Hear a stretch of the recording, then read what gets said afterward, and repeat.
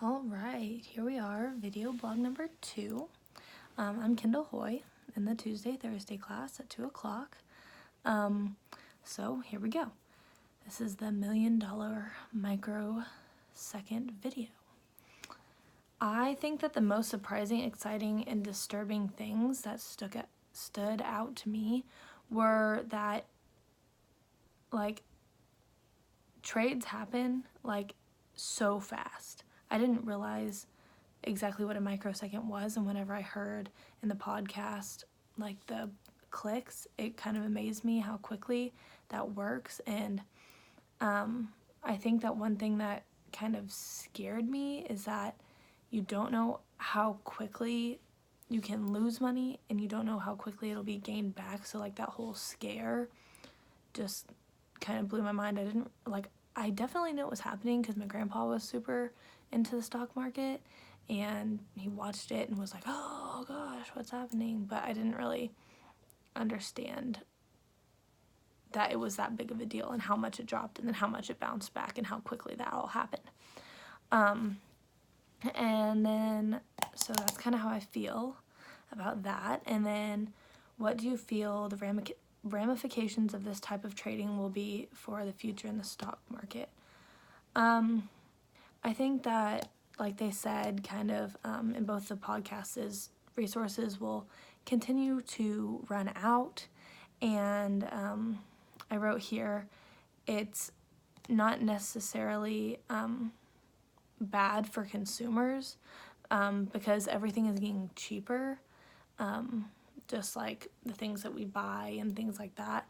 It's getting better for us because it's faster, but we don't really realize it.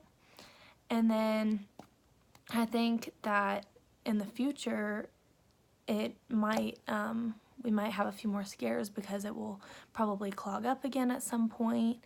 And I also think that this augmented intelligence that he was talking about was super interesting. I like, in a way, that humans have to be a part of this process and that it's not all computer driven, because again, I think that's a little bit scary. So I'm glad to know that humans will always be a part of the system. And I think that that is another reason also why I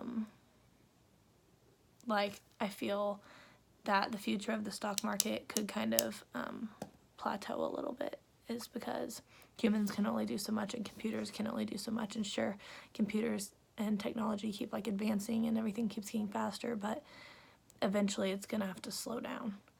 And then number 3 says, explain how are computers used in this example to make the buying and selling business decisions, or why are the authors arguing for and against high-frequency trading? And this is on an article that we were supposed to find. So I read one about a company called Robinhood, and it was a Bloomberg article. And the title of the article was, Robinhood gets almost half of its revenue in controversial bargain with high-speed traders. Practically what the article was saying is that a lot of people don't agree with the way that Robinhood, the company, is running, because they aren't doing the trading themselves or something like that. They're sending it to different traders to do it, but then, it's called market makers, which I'm still a little bit confused about. But the market makers are doing one portion, and then they pay Robinhood back, and so it's making a lot more revenue that way. It's still a little bit confusing to me, but I think the main thing that the author was trying to say was that they don't think that the high frequency trading is safe for those people that were investing or doing business with Robinhood. They think that the way that they're running it is a little bit sketchy, and I mean, from what some of it was saying, I kind of agree. And then number 4, which also kind of has to do with the article, but also everything in general, is, when do you think that the high-speed race will end, and why? And again, I don't think that it will end, because I think that it's important and we like need it because that's how we functioned for so long now.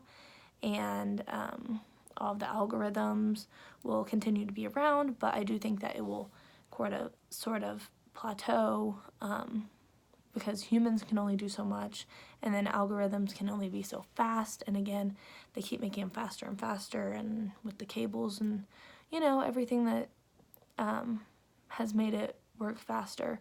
But I think that there's a certain point where you just won't be able to do it any faster. So yeah, that is pretty much my video blog. And yeah, I had a lot of fun learning about it. I really thought this one was a lot more interesting than the Bitcoin, but that's just me. Very intrigued.